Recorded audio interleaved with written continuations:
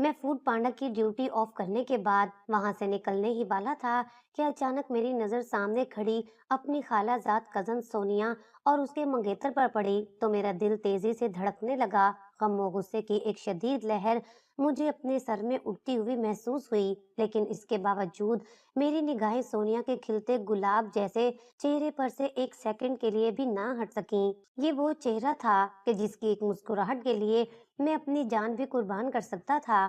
یہ محبت کوئی 2-4 سال پہلے کی نہ تھی، نہ ہی کسی خوردرو پودے کی طرح اچانک پیدا ہوئی تھی، بلکہ یہ محبت میرے دل میں اس وقت اجاگر ہوئی جب محبت کا معنی بھی میں نہیں جانتا تھا، اور جب اس بات کی سمجھ آئی اور دل و دماغ میں اس محبت کو پا لینے کی شدت ابھری تو پتہ چلا کہ یہ سب ایک یک طرفہ ٹریفک تھی۔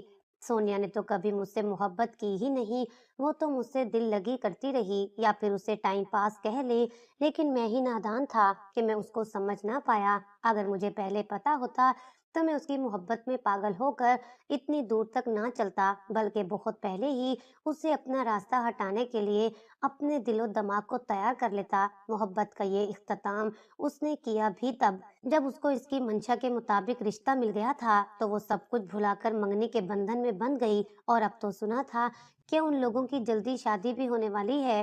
دیکھتے ہی دیکھتے میری آنکھوں میں نمکین پانی آنسوؤں کی صورت میں جمع ہونے لگا۔ میں نے زخمی مسکراہٹ کے ساتھ اپنی آنکھیں بند کر لیں اور سر جھٹکتے ہوئے وہاں سے جانے ہی لگا تھا کہ اچانک اس کا منگیتر عین میرے سامنے آ کر کھڑا ہو گیا اور مسافے کے لیے اپنا ہاتھ بڑھایا تو نہ چاہتے ہوئے بھی میں نے اس کا ہاتھ تھام لیا۔ سلام دعا کے بعد وہ چہکتے ہوئے بولا کہ تم یہاں سب خیریت ہے؟ تو میں نے اس کے چبھتے ہوئے لہجے کو صاف صاف محسوس کر لیا تھا۔ میں یہاں پر کام کرتا ہوں، میں نے آہستہ سے کہا۔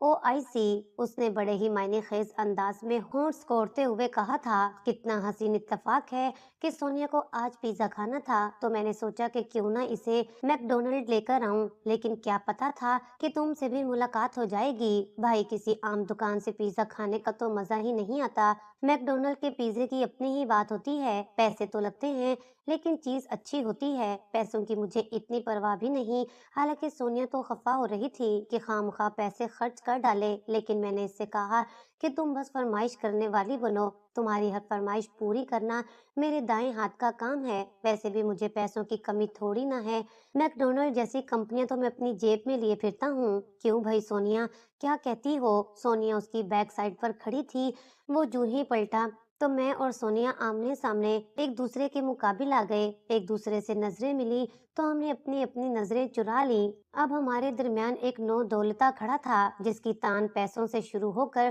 پیسوں پر ہی ختم ہو رہی تھی۔ جانے کیوں میرے ہونٹوں پر مسکراہٹ سی آ گئی اور دل نے ایک صدا لگائی کہ تم کسی ایسے ہی لڑکے کے لیے ڈیزرو کرتی تھیں جو صبح شام پرائس لسٹ کے راگ تمہارے سامنے الاپتا رہے۔ ایک وہ وقت بھی تھا جب میں اپنی پاکٹ منی سے سونیا کے لیے چھپتے چھپاتے گفٹ لاتا۔ وہ اکثر مجھ سے پوچھتی تھی کہ یہ کتنے کا لائے ہو، لیکن میں ہمیشہ قیمت چھپا جاتا اور کہتا کہ محبت سے خریدی گئی چیز بس وصول کرتے ہیں، اس کی قیمت نہیں پوچھتے، ورنہ اس چیز کی قدر و منزلت ختم ہو جاتی ہے۔ تو وہ میری باتوں پر اکثر مجھ پر ستائش نظروں سے دیکھتے ہوئے میری تعریف میں زمین و آسمان کے کلابے ملاتی اور کہتی کہ پرائس تو میں تم سے اس لیے پوچھتی ہوں کہ دیکھنا چاہتی ہوں کہ تمہارا ظرف کتنا ہے، تم گفٹ لا کر اس کی قیمت کتنی دفعہ میرے سامنے دہراؤ گے۔ شکر ہے کہ تم ایسی چچوری حرکتیں نہیں کرتے۔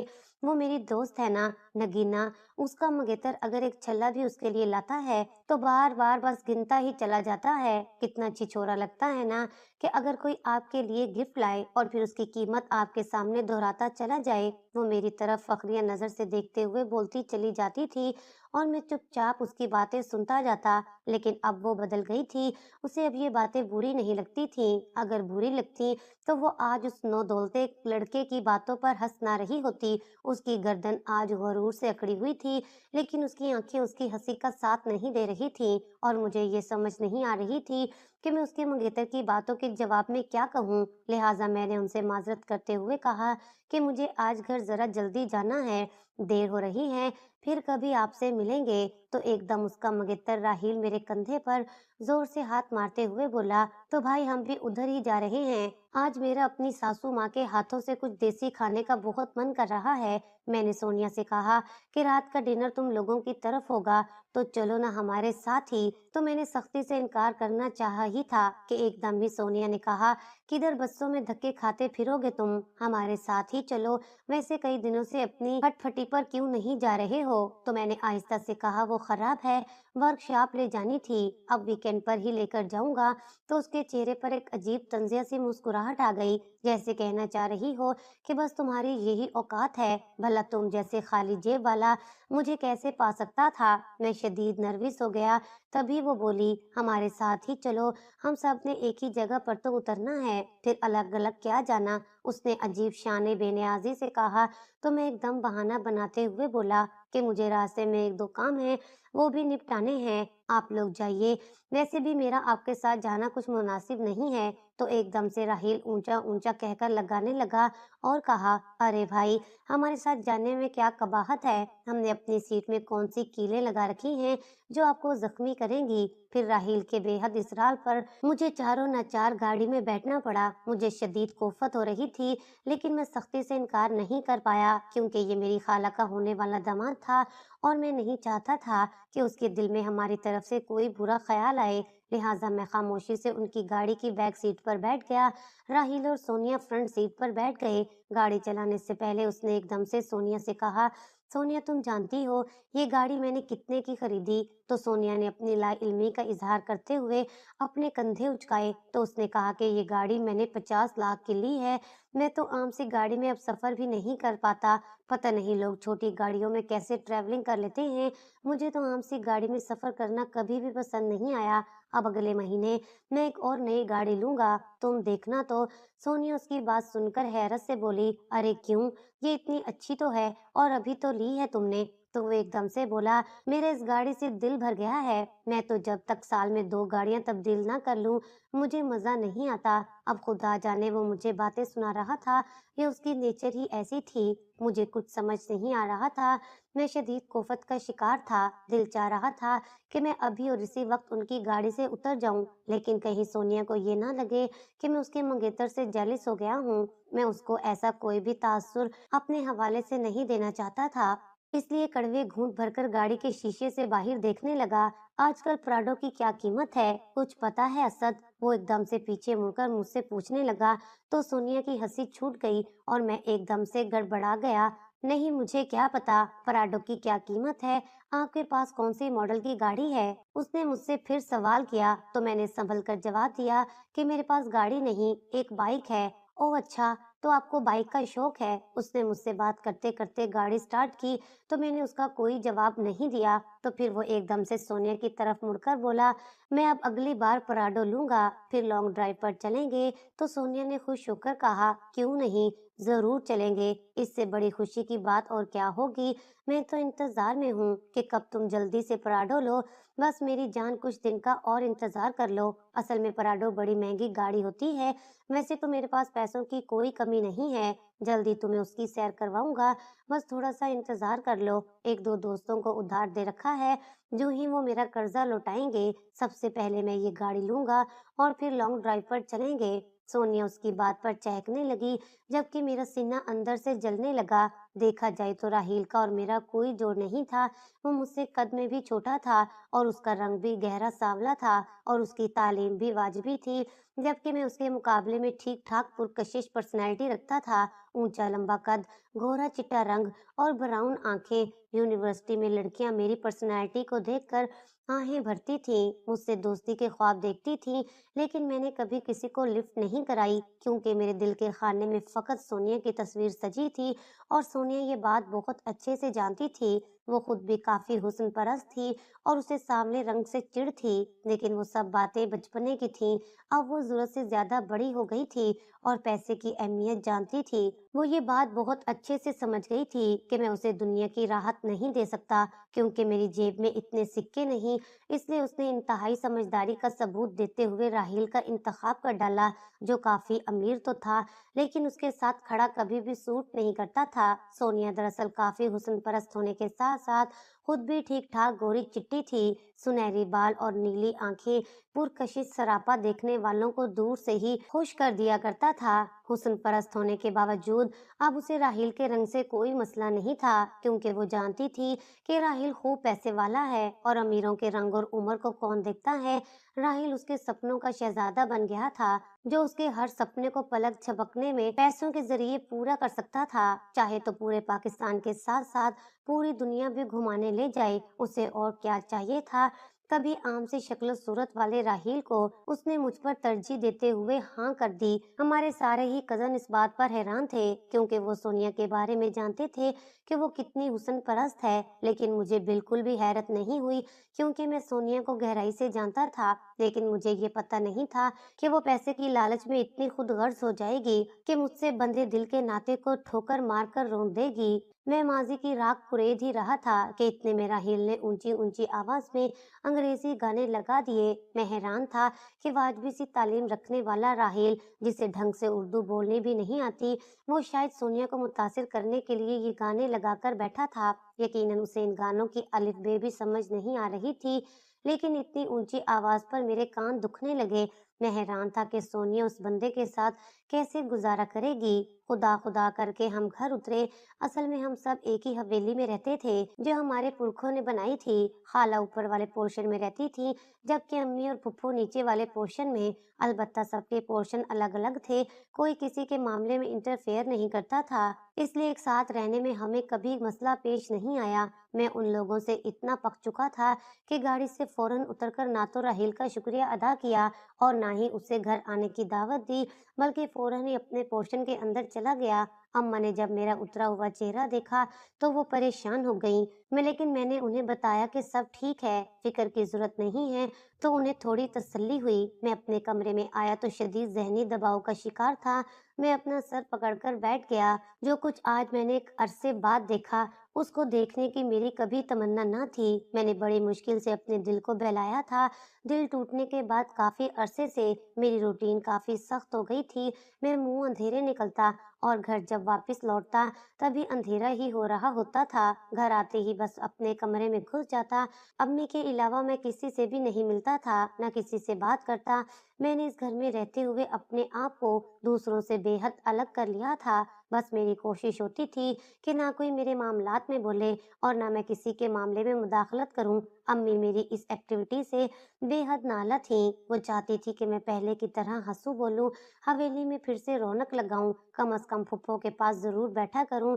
दरअसल उनके दो ही बेटे थे और दोनों ही इस वक्त मुल्क से बाहर थे और वो वापस आने का नाम भी नहीं ले रहे थे। आज उन्हें गए हुए तकरीबन 20 साल हो गए थे। इन 20 सालों में फुप्पो उनकी शक्ल देखने को भी तरस गई थी। वो बस फुप्पो के नाम पर कुछ रकम भेज दिया करते थे। जब भी पैसे आते तो वो इन पैसों को हाथ पर लेकर काफी देर तक रोती रहती थी। तो ऐसे में अम्मी मुझे अक्सर इसरार करती कि तुम जाकर फुप्पो की दिलजोई किया करो, उन्हें औलाद का बहुत दुख है, तुम्हारे रूप में उन्हें कुछ तसल्ली हो जाएगी। लेकिन मेरा तो अपना दिल मेरे बस में नहीं रहा था। मुझे तो खुद किसी के सहारे की जरूरत थी कि जिसके कंधे पर सर रखकर मैं खुलकर रो सकूं। मैं बड़ी बेचारगी से अम्मा की तरफ देखता और उन्हें समझाने की कोशिश करता कि ये जिंदगी है, यहाँ पर हर दूसरा बंदा अपनी लड़ाई लड़ रहा है। मैं या आप फुप्पो के दुखों का मदावा नहीं बन सकते जब तक कि उनकी अपनी औलाद को इस चीज का एहसास ना हो जाए। भला औलाद की मोहब्बत का नेमुल बदल भांजा या भतीजा तो नहीं हो सकता ना। तो अम्मा मेरी बात सुनकर अक्सर मुझे कहती कि तुम बहुत कठोर दिल के हो गए हो। उनकी औलाद ने तो जो किया सो किया, लेकिन अगर हम भी उनसे दूर भागेंगे तो वो मजीद तन्हा होती चली जाएंगी। तो मैं अम्मा की बात पर अक्सर चिढ़कर बोलता कि अम्मा, तन्हाई इंसान को मारती नहीं है, कोई नहीं मरता, मुझे ही देख ले, मैं भी तो जी रहा हूँ ना। तो अम्मा बड़ी अफसरदा नजरों से मेरी तरफ देखती। वो मेरे दिल के आलम से बाखबर थी, अच्छे से जानती थी कि मोहब्बत में मिली चोट अभी नई नई है। थोड़ी देर बाद अम्मा कमरे से जा चुकी थी और मैं एक बार फिर कमरे में तन्हा अपनी ही सोचों से नबर्द आजमा था। ऐसा लगता था जैसे मेरा सारा ही वजूद जख्मी हो गया है। मैंने लगभग 2 माह बाद सोनिया को देखा था, जब से उसकी मंगनी हुई थी। वो अगर मुझे कहीं नजर भी आ जाती तो मैं अपनी निगाहें फेर लेता। मेरा बस चलता तो मैं हमेशा हमेशा इस हवेली को छोड़कर कहीं दूर निकल जाता, लेकिन मैं अम्मा की वजह से बेहद मजबूर था। मेरे अलावा उनकी कोई औलाद नहीं थी और मुझे भी उन्होंने बड़ी मन्नतों मुरादों के बाद अल्लाह से लिया था। वो मुझे देख देख कर सांस लेती थी। यूं समझ ले कि मैं उनकी जिंदगी का वाहिद असासा था कि वो मेरे हवाले से जरा सी भी बात बर्दाश्त नहीं कर पाती थी। उनका बस चलता तो वो मुझे घर से बाहर भी ना निकलने देती, लेकिन अब्बा की डेथ के बाद घर के हालात बहुत कमजोर हो गए थे। अब्बा जी जिस कंपनी में मुलाजमत करते थे वो प्राइवेट कंपनी थी, इसलिए उसमें पेंशन का तो सवाल ही पैदा नहीं होता था। माहवार तनख्वाह अच्छी थी, तो अम्मा ने अब्बा की तनख्वाह को बहुत ही एहतियात के साथ और इंतहाई किफायत शुमारी के साथ खर्च किया था। लेकिन अब उनकी सारी बचत वक्त के साथ साथ खत्म होती जा रही थी और इस चीज ने उन्हें बेहद परेशान कर डाला था। बज़ाहिर एक बहुत ही बड़ी हवेली में रहते थे हम, जिसमें खाला पुप्पो का खानदान भी साथ रहता था, लेकिन अंदरून खाना सब एक दूसरे से बेजार और दूर दूर थे। अब्बा की डेथ के तीसरे दिन ही हमें ये बात बहुत अच्छे से समझ आ गई कि अब हम तपती धूप तले नंगे सर खड़े हैं और कोई भी ऐसा नहीं जो हमारे सरों पर छांव करे। कहने को इस हवेली में अम्मा की सकी बहन भी रह रही थी, लेकिन उन्होंने भी मुश्किल वक्त में हमसे मुंह मोड़ लिया। अब्बा की डेथ का सदमा तो अपनी जगह था, लेकिन हम दोनों माँ बेटे के लिए अब सबसे बड़ा मसला अपनी बका का था। हमारे खानदान में कभी किसी औरत ने बाहर निकलकर नौकरी नहीं की थी और ना ही हमारे खानदान की औरतों को इतना पढ़ाया लिखाया जाता था, इसलिए अम्मी के पास ना तो डिग्री थी और ना ही हुनर कि जिसके बलबूते पर वो चार पैसे कमा कर अपना और मेरा पेट भर सके। मैं दिन ब दिन अम्मा को परेशानी से हलकान दिख रहा था। मैं उस वक्त तक ग्रेजुएशन कर चुका था। अब्बा अगर जिंदा होते तो मैं अब यूनिवर्सिटी में दाखला ले लेता, लेकिन उनके साथ साथ मेरे सारे ख्वाब भी अधूरे रह गए थे। एक दिन मैंने अम्मा को रोते हुए देखा तो मेरा दिल कट कर रह गया। मैं तड़प कर उनके पास आया तो वो मेरे चेहरे को अपने हाथों से थाम कर रोने लगी। अगर खुदा ना खास्ता मुझे भी कुछ हो गया तो तुम अकेले कैसे रहोगे। तो मैंने अम्मा के हाथ अपने होठों से लगाकर चूम डाले। फिर वो आहिस्ता से बोली, मैंने तुम्हारे अब्बा से एक दफा कहा था कि हमारा असद बहुत अकेला है, उसकी सोनिया से शादी हो जाएगी तो कम से कम ये इत्मीनान रहेगा उसे संभालने वाला कोई आ गया है, और फिर अपने खून पर तो भरोसा होता है। तो तुम्हारे अब्बा ने मेरी बात सुनकर बहुत खुशी का इजहार किया था। उन्हें इस रिश्ते से बहुत सारी उम्मीदें वाबस्ता हो गई थी, लेकिन हाय हमारी बदकिस्मती, ऐसा मुमकिन ना हुआ और तुम्हारी खाला ने सोनिया का रिश्ता कहीं और दे दिया। हालांकि वो बहुत अच्छे से जानती थी कि मैं सोनिया को कितना चाहती हूँ, लेकिन फिर भी उसने इस बात का ख्याल नहीं किया कि बड़ी बहन की कितनी ख्वाहिश है। घर में होते हुए भी उसने बाहर रिश्ता दे दिया। अब अगर मैं मर भी गई तो तुम्हें किसके सहारे छोड़कर जाऊंगी। ऐ काश अल्लाह तुम्हें इतना अकेला ना करता। तो मैं अम्मा की बात सुनकर परेशान हो गया। अम्मा अल्लाह ना करे कि आपको कुछ हो, आप ऐसी बातें क्यों कर रही हैं। मेरी तो दुआ है कि आपसे पहले अल्लाह मुझे मौत दे दे। मेरी बात सुनकर अम्मा ने एकदम अपने दिल पर हाथ रख लिया और मुझे डांटते हुए अंदाज में कहने लगी, तुम्हें शर्म नहीं आती, एक माँ के सामने इतनी तकलीफ दे बात करते हो। अल्लाह तुम्हें हिदायत दे। खबरदार जो आइंदा मरने वाली बातें की। तो मैंने एकदम से उन्हें कहा, अब आपको पता लगा कि कितनी तकलीफ होती है। आप भी तो मेरे सामने इसी तरह मरने की बातें करती हैं, तो अब आपको अंदाजा हो गया होगा। मत किया करें ऐसी बातें अम्मा, आप आखिर क्यों नहीं समझती। मैं उनकी गोद में सर रखकर रोने लगा तो वो भी रो पड़ी। मैं जानता था कि अब्बू की डेथ के बाद उनकी तबीयत अच्छी नहीं रहती, इसलिए मैंने एकदम माहौल के तनाव को कम करने के लिए उन्हें बताया कि मेरी एक जगह पर जॉब लग गई है, अब उन्हें कम से कम इस तरह से परेशान होने की जरूरत नहीं है। मेरी बात सुनकर बजाय खुश होने के अम्मा अफसरदा हो गईं और परेशानी से बोली, तुम्हें तो आज तक कभी मैंने अकेले गली की नुक्कड़ पर मौजूद दुकान पर भी नहीं भेजा, तो अब इतनी दूर नौकरी के लिए तुम्हें कैसे भेजूंगी, वो भी तनहा। अम्मा खुदा का वास्ता है, मैं कोई लड़की नहीं हूँ कि जिसके लिए आप इतनी परेशान हो रही हैं। मर्द का बच्चा हूँ, अपने दिल से ये परेशानियां निकाल दिया करें। मैं कोई इतना दूर जाकर नौकरी नहीं कर रहा, इसी शहर में नौकरी लगी है।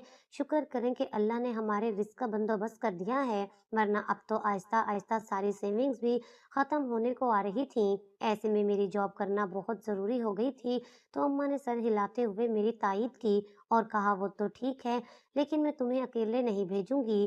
तो मैं सर पकड़ कर रह गया। अम्मा, खुदा का वास्ता है, मैं कोई दूध पीता बच्चा नहीं हूँ कि जिसे आप उंगली से पकड़कर ऑफिस छोड़कर आएंगी। तो वो फिक्रमंदी से बोली, तुम बच्चे तो नहीं हो, लेकिन मेरे इकलौते बेटे हो। शोहर के मरने के बाद मैं तुम्हें खोना नहीं चाहती। आजकल के हालात कैसे हैं, तुम यहीं इस मोहल्ले की मार्केट में कोई नौकरी तलाश कर लो, कम से कम नजरों के सामने तो रहोगे ना। तो मैंने उनके हाथ प्यार से चूम डाले और फिर उनको समझाने की कोशिश की कि अम्मा, करीबी मार्केट में जो नौकरी मिल रही है वो सुबह से रात गए तक है, और तनख्वाह इतनी कम कि जिसमें आपका और मेरा गुजारा आसानी से नहीं हो सकेगा। यहाँ कम से कम तनख्वाह अच्छी है और हम आराम से महीना गुजार सकते हैं। और खुदा के लिए अम्मा, थोड़ा खुद को संभालें। आप मेरा हौसला हैं, आप मेरा हौसला क्यों तोड़ने पर तुली हैं। तो अम्मा गहरी सांस खारिज करते हुए बोलने ही वाली थी कि मैं एकदम से बोल उठा, अब आप आराम करें, मुझे भी सुबह सवेरे ऑफिस में पहुंचना है। कल फर्स्ट डे है, मैं लेट नहीं जाना चाहता, इसलिए पुरसुकून हो जाएं और सिर्फ अपना सोचें। यहाँ तक सोनिया की बात है तो अम्मी, कुछ ख्वाहिशें इंसान कर तो सकता है, लेकिन हर ख्वाहिश पूरी हो जाए ये मुमकिन नहीं होता। वो मेरे मुकद्दर में नहीं थी। बस दुआ करें मेरे दिल को सब्र आ जाए। और हाँ, आप खाला से मिला करें, मेरी वजह से उनसे नाराज होने की जरूरत नहीं है अम्मा। वो आपकी एक ही तो बहन है, अच्छे बुरे वक्त में वही आपके साथ खड़ी होंगी, इसलिए उनके साथ बनाकर रखें। और सोनिया के लिए भी दुआ करें कि अल्लाह उसको खुश रखे। मेरे दिल में उसके लिए कोई नफरत नहीं है, ये सब नसीब के खेल होते हैं अम्मा। और ये बात आप ही कहा करती थी ना, तो फिर आज इस बात को क्यों फरामोश कर डाला है। तो अम्मा ने एकदम से मेरे माथे को चूमा और कहा, तुम सही कहते हो, बस खफगी आती है ना। आखिर मेरे बेटे में क्या कमी थी कि मेरी बहन ने रिश्ता नहीं दिया, एक नौकरी ही नहीं थी ना। देखो, आज तुम्हें वो नौकरी भी मिल गई। अम्मा की बात पर मेरे दिल में एक टीस निकली।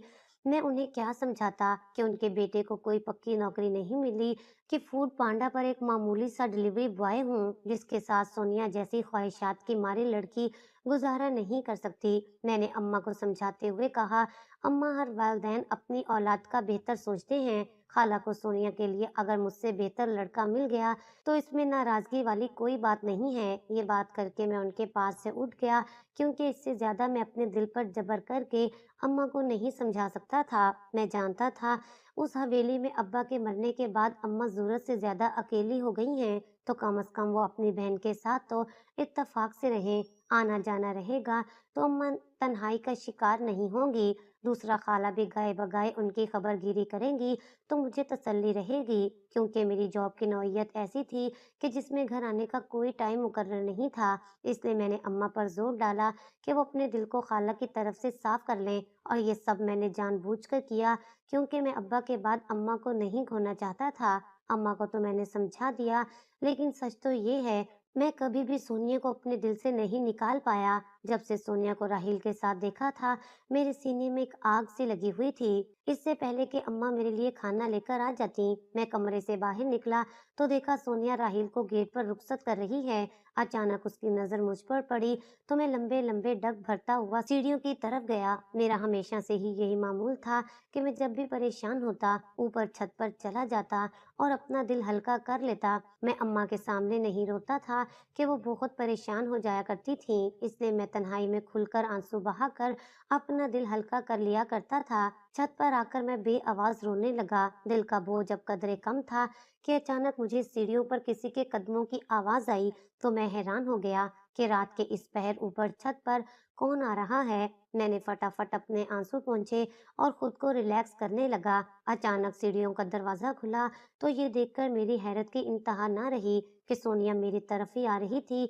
सोनिया को उस वक्त छत पर देखकर मुझे बड़ा ताज्जुब हुआ। वो मेरे बिल्कुल सामने आकर सीने पर हाथ बांधकर खड़ी हो गई, तो मैंने परेशानी से उसकी तरफ देखकर पूछा, सब खैरियत है? तुम इस वक्त यहाँ? हाँ, तुमसे पूछने आई थी कि तुम कब से इतने बदतहजीब हो गए कि घर आए हुए मेहमान को तुमने इतना बेइज्जत कर दिया। तो मैं उसकी बात सुनकर हैरान हो गया। मैं क्यों राहिल को बेइज्जत करने लगा? क्या फजूल बातें कर रही हो? सच कह रही हूँ, जब तुम गाड़ी से उतरे तो तुमने उसको अंदर आने को नहीं कहा। ये तो शुक्र है कि मैं साथ थी और वो हमारा मेहमान था, वरना तुम्हारा बस चलता तो उसे दरवाजे से ही भगा देते। देखो सोनिया, तुम बिला वजह बदजन हो रही हो, ऐसी कोई बात नहीं है। तो फिर कैसी बात है? मैं क्या समझूं? क्या तुम्हारे इतने भी अखलाकियात काम नहीं कर रहे थे कि तुम ढंग से उसे अपने यहाँ बुलाते? लेकिन तुम क्यों बुलाते? तुम तो उससे शदीद जेलस हो गए हो ना। तो उसकी बात सुनकर मुझे शदीद गुस्सा आ गया। तुम शायद होश में नहीं हो सोनिया, मैं जेलस हूँगा उस लंगूर से। तुम्हारा दिमाग तो ठीक है, अपनी फटफटी बाइक के मुकाबले में लैंड क्रूजर वाला तो तुम्हें लंगूर ही लगेगा। उसका रंग रूप जैसा भी है, मुझे उसकी बिल्कुल भी परवाह नहीं। लेकिन वो इतना अमीर है कि मेरे लिए आसमान से सितारे भी तोड़कर ला सकता है। इसलिए तुम मुझसे मेरा दिल बुरा करने के लिए जो भी लफ्ज इस्तेमाल करो, मुझे कतई कोई परवाह नहीं है। और वैसे भी मेरी शादी जल्दी होने वाली है, तुम्हारी इन बातों से मेरा जहन बदलने वाला नहीं। ये कहकर वो फौरन वहां से चली गई। मैं चाहता तो उसे रोककर मुझसे की गई बेवफाई पर सवाल उठा सकता था, लेकिन मैं चुप ही रहा। मैंने दिल ही दिल में ये इरादा कर लिया था कि मैं बहुत जल्द अम्मा को लेकर इस हवेली से कहीं दूर चला जाऊंगा, क्योंकि यहाँ पर रहना और फिर सोनिया को अपनी आंखों के सामने किसी और के साथ देखना मेरे लिए किसी इम्तिहान से कम नहीं था। अगले दिन मैं फूड पांडा गया तो मैंने डिलीवरी के दौरान किराए के घरों का भी पता किया। एक दो घर जिनका किराया मुझे मुनासिब लगा, तो मैंने सोच लिया कि इनमें से कोई एक घर किराए पर ले लूंगा। मैं अभी मालिक मकान से बात ही कर रहा था कि अचानक मुझे ऑफिस वालों की तरफ से फोन आया कि डिफेंस डीएचए में ऑर्डर लेकर जाना है, लिहाजा फौरन पहुंचो। मैंने मतलूबा ऑर्डर ऑफिस से लिया और डिफेंस डीएचए की तरफ रवाना हो गया। मैं जब गेट पर पहुंचा तो नेम प्लेट पर फिल्म स्टार रानी का नाम देखकर मैं चौंक गया और दिल ही दिल में मुझे हंसी भी आई कि आज तो मैं हकीकत में एक फिल्म स्टार को अपनी आंखों से देखूंगा। मैं अलर्ट होकर खड़ा हो गया कि तभी दरवाजा खुला तो सामने खूब गहरा मेकअप किए हुए एक खातून खड़ी थी और सवालिया नजरों से मेरी तरफ देखने लगी। तो मैंने झिझकते हुए उनसे कहा कि मुझे फिल्म स्टार रानी को ये फूड पार्सल देना है। तो वो मेरे करीब आई तो मैं परेशान हो गया। हैरत है, जिसको सारा शहर जानता हो, उसके दरवाजे पर खड़ा एक हैंडसम लड़का फिल्म स्टार रानी को नहीं जानता। तो मैं एकदम से गड़बड़ा गया और फिर उन्हें सलाम करके पार्सल उनकी तरफ बढ़ाया तो वो मुस्कुरा गईं। अंदर आ जाओ। उन्होंने पार्सल मेरे हाथ से लिए बगैर अंदर की तरफ कदम बढ़ा दिया तो मैं भी झिझकते हुए उनके पीछे पीछे जाने लगा। जो ही मैं दरवाजे से अंदर गया तो मैंने उनको पुकारा, मैडम आप ये पार्सल ले लें, मुझे वापस जाना है और यहाँ साइन कर दें। तो वो मेरी बात सुनी अनसुनी करते हुए पलटकर मेरी तरफ देखने लगी और फिर कहा, सुबह का टाइम है और नाश्ते का वक्त भी, और तुम्हारा चेहरा बताता है कि तुमने कुछ खाया पिया नहीं है। वैसे भी अभी हम नाश्ता कर ही रहे थे, तुम भी आ जाओ। तो मैंने हिचकिचाते हुए उनसे कहा, नहीं मैडम, मैं ये नाश्ता नहीं कर सकता, आप प्लीज अपना ऑर्डर ले लें, मुझे देर हो रही है। तो उन्होंने मेरे हाथ से पार्सल ले लिया तो मैंने उनके सामने रजिस्टर रखा तो उन्होंने उसके ऊपर साइन किया। तो मैं फौरन ही उन्हें सलाम करके बाहर निकल आया। मुझे बड़ी हैरत हुई कि अजीब औरत है, अनजान आदमी को घर के अंदर बुलाकर बकायदा खाने पीने की दावत दे रही है। फिर मैंने सोचा कि शायद अमीर लोग ऐसे ही होते होंगे। अगले रोज जब मैं काम पर पहुंचा तो मुझे ऑफिस वालों ने फिर उसी एड्रेस पर पिज्जा ले जाने का कहा। तो मैं हैरान रह गया कि अभी कल तो मैं उसी एड्रेस पर गया था। तो मैंने अपने कोलीग से कहा कि तुम इस एड्रेस पर चले जाना, मैंने 3 डिलीवरीज देने के बाद मालिक के मकान से बात करने के लिए जाना है। तभी मेरे पास से गुजरते हुए मैनेजर ने ये बात सुन ली और उन्होंने मुझे कहा कि फिल्म स्टार रानी की तरफ तुम ही डिलीवरी लेकर जाओगे, क्योंकि उन्होंने तुम्हारा कहा है कि वो डिलीवरी लेकर आए। तो मैं मैनेजर की बात सुनकर हक्का बक्का रह गया। खैर, नौकरी तो नौकरी होती है, इसलिए उस पर सवाल उठाने का मेरे पास कोई जवाब नहीं था। लिहाजा मैं फूड डिलीवरी लेकर उनके घर पहुंचा तो इस बार दरवाजा उनके मुलाजिम ने खोला। मैं उसे पार्सल देने ही वाला था कि उसने मुझे कहा कि अंदर आ जाओ। तो मैं चुपचाप अंदर चला गया, जहां पर मुझे मुलाजमा ने ड्राइंग रूम में बिठाया और खुद वहां से चली गई। ड्राइंग रूम बहुत ही खूबसूरत और आराइशी चीजों से सजाया हुआ था, जो फिल्म स्टार रानी के ज़ौक़ का पता देती थी। मुझे अभी बैठे हुए थोड़ी देर ही गुजरी थी कि वही मुलाजमा मेरे लिए नाश्ता लेकर आ गई। मैंने लाख इनकार किया, लेकिन उसने मुझे एक ही बात की कि मैडम का हुक्म है कि आपको नाश्ता करवा कर भेजा जाए। तो मैं उसके इसरार पर बैठ गया। नाश्ते में अंडा, जैम और ब्रेड थी और साथ में इलायची वाली चाय। मैंने खूब सेर होकर खाया और जो ही चाय की प्याली खत्म की तो फिल्म स्टार रानी पिंक कलर के गाउन पहने ड्राइंग रूम में आ गईं। तो मैं अदब से खड़ा हो गया, तो उन्होंने मुझे बैठने के लिए कहा। मेरे पास आज सिर्फ 2 ही ऑर्डर थे, इसलिए मुझे भी कोई जल्दी नहीं थी, तो मैं भी चुप करके वहाँ बैठ गया। वो मुझसे मेरे बारे में तरह-तरह के सवाल करने लगी, तो उन्हें जवाब देते-देते जाने कब मैंने अपने दिल की बात भी उनसे कर डाली, जिन्हें सुनते-सुनते वो अफ़सुर्दा हो गईं। जब मैंने उन्हें सोनिया की बेवफ़ाई के हवाले से बताया, तो उनकी आँखों में एक नमी सी चमकी और फिर वो आहिस्ता से बोलीं कि तुम्हारी कहानी मेरी कहानी जैसी ही है। मुझे भी मेरे महबूब ने सिर्फ़ इस वजह से छोड़ दिया था कि मैं गरीब थी, लेकिन जब फ़िल्मों से 4 पैसे कमाने लगी, तो वो फिर कुत्ते की तरह दुम हिलाता हुआ दोबारा मेरे पास आ गया। आजकल उसे फिर पैसों की हवस लगी हुई है, तो मैं अभी सिर्फ़ इस वजह से उसके आगे हड्डी डाल देती हूँ कि वो मेरी बेटी का बाप है। उसकी कहानी सुनकर जाने क्यों मैं आपदीदा सा हो गया था। देखा जाए तो मोहब्बत के मारों का तकरीबन एक जैसा ही अफ़साना होता है। मैं वहाँ से उठने ही लगा था कि फ़िल्म स्टार रानी ने मुझसे पूछा कि तुम्हारी महबूबा का क्या नाम है? तो मैंने उसे बताया कि उसका नाम सोनिया है और बहुत जल्द वो राहील की बीवी बन जाएगी। तो वो राहील के नाम पर एकदम से चौंक गई और मुझसे पूछने लगी कि राहील के बारे में तुम क्या जानते हो? तो मैंने उन्हें बताया कि मैं उसके बारे में कुछ खास नहीं जानता, लेकिन उसकी बातों से बस इतना ही पता लगता है कि वो कोई नौदौलता है, नई-नई दौलत आई है और वो उसी खुमार में मुब्तला रहता है। मुझे जो थोड़ी देर उसके साथ रहने का इत्तेफाक हुआ, तो बस मैं इतना ही जान पाया हूँ। बाकी वो किसी भी सूरत सोनिया से मैच नहीं करता, क्योंकि सोनिया बहुत ही खूबसूरत है। अचानक उन्होंने मुझसे पूछा, उसका हुलिया कैसा है? तो मैंने हँसते-हँसते राहील का हुलिया उन्हें बताया, तो उनकी आंखें हैरत से फैल गईं। तुम तो बता रहे हो कि सोनिया इंतहाई खूबसूरत है, तो फिर उसने राहील जैसे एक आम सी शक्ल सूरत वाले मर्द का इंतखाब क्यों किया? तो मैं ज़ख्मी मुस्कुराहट अपने लबों पर सजाकर बोला, पैसे वाला है और यही उसके इंतखाब की बुनियादी वजह है। अब वो हम जैसे फूड डिलीवरी करने वाले के साथ तो पूरी ज़िंदगी नहीं गुज़ार सकती ना। तो मेरी बात सुनकर फ़िल्म स्टार रानी अफ़सुर्दा सी हो गईं। थोड़ी देर के बाद मैं भी उनसे इजाज़त लेकर उठ गया।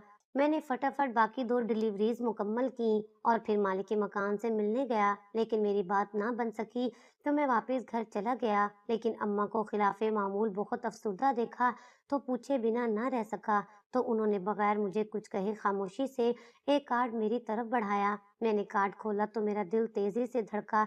ये सोनिया की शादी का कार्ड था। अगले हफ्ते उसकी शादी हो रही थी। अम्मी, मैं इस शादी में शिरकत नहीं करूँगा। मैं आपको साफ बता रहा हूँ, आगे आपकी मर्ज़ी है। आपको मैं मना नहीं करूँगा, क्योंकि आपकी बहन का मामला है और इस मामले में मैं नहीं आना चाहता। लेकिन आप मुझ पर किसी किस्म की कोई ज़बरदस्ती नहीं करेंगी। बस ये बात याद रखिएगा। तो अम्मी सर हिलाते हुए मुझे कहने लगी, जैसे तुम्हारी मर्ज़ी, लेकिन मैं सिर्फ तुम्हें इतना कहूँगी कि सोनिया का कोई भाई नहीं है। वो भी तुम्हारी तरह इकलौती है। अगर तुम होते तो खाला का हाथ बटा देते। तो मैंने उनकी बात का मान रखते हुए कह दिया कि ठीक है, मैं खाला के साथ ताउन करूँगा, लेकिन बारात वाले दिन आप मुझसे ये तवक्का नहीं रखेंगी कि मैं वहाँ मौजूद रहूँ। तो अम्मा ने अफसुर्दगी से मेरी तरफ देखा और फिर बिना कुछ कहे वहाँ से चल दी। मेरी ज़िंदगी में अब ऐसा इम्तिहान आ रहा था। मैं ज़हनी तौर पर इस इम्तिहान के लिए बिल्कुल भी तैयार नहीं था। अपनी आँखों के सामने अपनी मोहब्बत को अलविदा करना भला कब इतना आसान होता है। अगले दिन फिर मुझे डिलीवरी लेकर फ़िल्म स्टार रानी के घर जाना था। अब तो ये रोज़ का ही मामूल बन गया था कि मुझे उनके घर की डिलीवरी देनी पड़ती थी। मैं भी तंग नहीं होता था, क्योंकि वो मेरे साथ बहुत अच्छा बर्ताव करती थीं। इस तरह तो कभी किसी ने हमें अंदर बुलाकर चाय-पानी का नहीं पूछा था। जितनी मोहब्बत से वो मुझे ना सिर्फ ड्राइंग रूम में बिठातीं, बल्कि चाय-पानी भी देतीं। कभी-कभी उन्हें देखकर ऐसा लगता था कि जैसे वो बहुत ही तन्हा है और अपने लिए कोई ऐसा शख्स ढूँढ रही हैं, जिससे 2 घड़ी वो दिल की बात कर सकें, कुछ उसकी सुने, कुछ अपनी सुनाएँ। पता नहीं क्यों जितनी दफ़ा भी मैं उनसे मिला, उनकी बातें सुनी, तो ऐसा लगा कि जैसे वो भी अंदर से बिल्कुल मेरी तरह टूटी-फूटी हैं। जब मैं डिलीवरी लेकर उनके घर पहुँचा, तो मुलाज़िमा ने मुझे ड्राइंग रूम में बिठाया, लेकिन आज वो कदरे डरी-डरी सी थी। इतने में वो घबराई हुई ड्राइंग रूम में दाखिल हुई, तो मैं उठकर खड़ा हो गया। तो उसने मुझे कहा मालकिन के कमरे में चलो। तो मैंने कहा सब खैर है? तो उसने कहा खैर नहीं है, बस चलो। ये कहकर वो तेजी से बाहर निकली, तो मैं भी उसकी पैरवी करता हुआ तेज तेज कदम उठाकर उसके पीछे जाने लगा। जूं ही मैं घबराकर मैडम के कमरे में दाखिल हुआ तो मेरी जान ही निकल गई, क्योंकि सामने राहिल कुर्सी से बंधा हुआ था और उसके मुंह पर टेप चिपकी हुई थी। उसे देखकर तो मेरी जान ही निकल गई।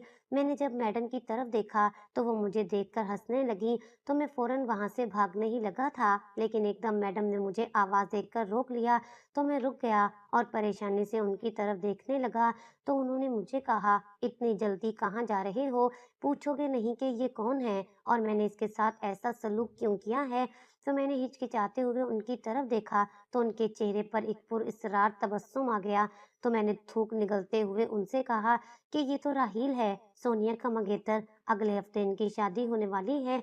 तो वो मेरी बात सुनकर जोर जोर से कहकर लगाने लगी, सोनिया के साथ शादी होने वाली थी, अब नहीं होगी। तो मैं हक्का बक्का उनकी तरफ देखने लगा। ये आप क्या कह रही हैं? मैं सच कह रही हूँ, क्योंकि यही शख्स मेरा शोहर है और जब तक मेरी इजाजत नहीं होगी ये भला दूसरी शादी कैसे कर सकता है? शादी कोई मजाक है?